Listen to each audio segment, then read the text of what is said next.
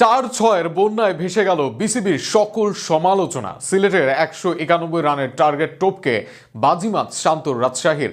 ব্যর্থ ইমন আফিফের দুর্দান্ত ব্যাটিং।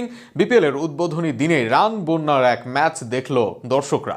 রাজশাহী সিলেটের দুর্দান্ত ম্যাচ নিয়ে আরো বিস্তারিত শুনুন প্রতিবেদনায়। সেঞ্চুরি করেই নাজমুল শান্তর সেই ভো দৌড়, তারপর লাফিয়ে উঠে উল্লাস। প্রিয় ব্যাটে ট্রেডমার্ক চুমো বাড়িয়ে দিলেন ভক্তদের দিকেও। বড় ভাই মুশফিকুর রহিম জড়িয়ে ধরে দিলেন ভালোবাসা। শান্তর খুশি যেন বাঁধ মানে না। এই সেঞ্চুরি যে একটু বেশি স্পেশাল। শেষদায় আদায় করলেন শুকরিয়া। চলতি বিপিএলের প্রথম ম্যাচেই রাজস্বিক সেঞ্চুরি রাজশাহীর অধিনায়কের। সিলেট টাইটান্সের দেয়া 191 রানের লক্ষ্যে ব্যাটিংয়ে নামে রাজশাহী ওয়ারিয়র্স। খালেদ আহমেদের ফাঁদে পড়ে তাদের ওপেনার তানজিদ তামিম 10 রানের বেশি করতে পারেননি। আরেক ওপেনার সাহিবজাদা ফারহান মিরাজের শিকারে পরিণত হওয়ার আগে করেন 20 রান। দুই ওপেনারকে হারালেও দলকে চাপে পড়তে দেননি অধিনায়ক নাজমুল শান্ত। বাউন্ডারির পসরা সাজিয়ে দলকে সঠিক পথে রাখেন তিনি। 50 তুলে নেন রাজশাহীর অধিনায়ক। পূরণ করেন অভিজ্ঞ মুশফিকের সাথে 50 রানের পার্টনারশিপও, যেখানে শান্তর অবদানই বেশি। 50-র পর সেঞ্চুরির দিকেও এগিয়ে যান শান্ত। সিলেটের বোলাররা চ্যালেঞ্জ জানাতে থাকেন, তবে রাজশাহীর অধিনায়ককে আটকে রাখা যায়নি। ঠিকই রাজস্বিক শতক তুলে নিয়ে দলকে জেতান।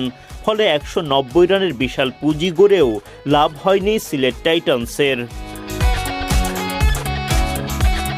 শুক্রবার বিপিএলের উদ্বোধনী ম্যাচে মুখোমুখি হয় সিলেট টাইটান্স ও রাজশাহী ওয়ারিয়র্স। টস জিতে আগে বোলিংয়ের সিদ্ধান্ত নেন রাজশাহী অধিনায়ক নাজমুল শান্ত।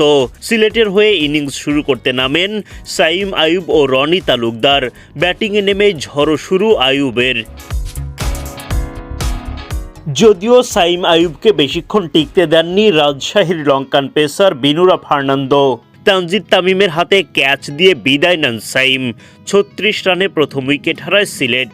এরপর হজরতুল্লাহ জাজাই এসে যোগ দেন রনি তালুকদারের সঙ্গে। পাওয়ার প্লের 6 ওভার শেষে 45 রান তোলে সিলেট।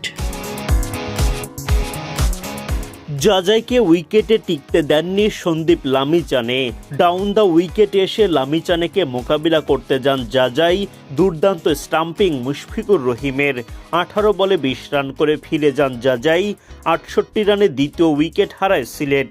10 ওভার শেষে 2 উইকেট হারিয়ে দলটি করে 75 রান। দায়িত্বশীল ব্যাটিংয়ে সিলেটকে এগিয়ে নিয়ে যেতে থাকেন রনি তালুকদার। রনি যখন 50 থেকে মাত্র 9 রান দূরে, তখনই লামিচানের আঘাত। তার দুর্দান্ত গুগলিতে বোকা বনে গেলেন রনি।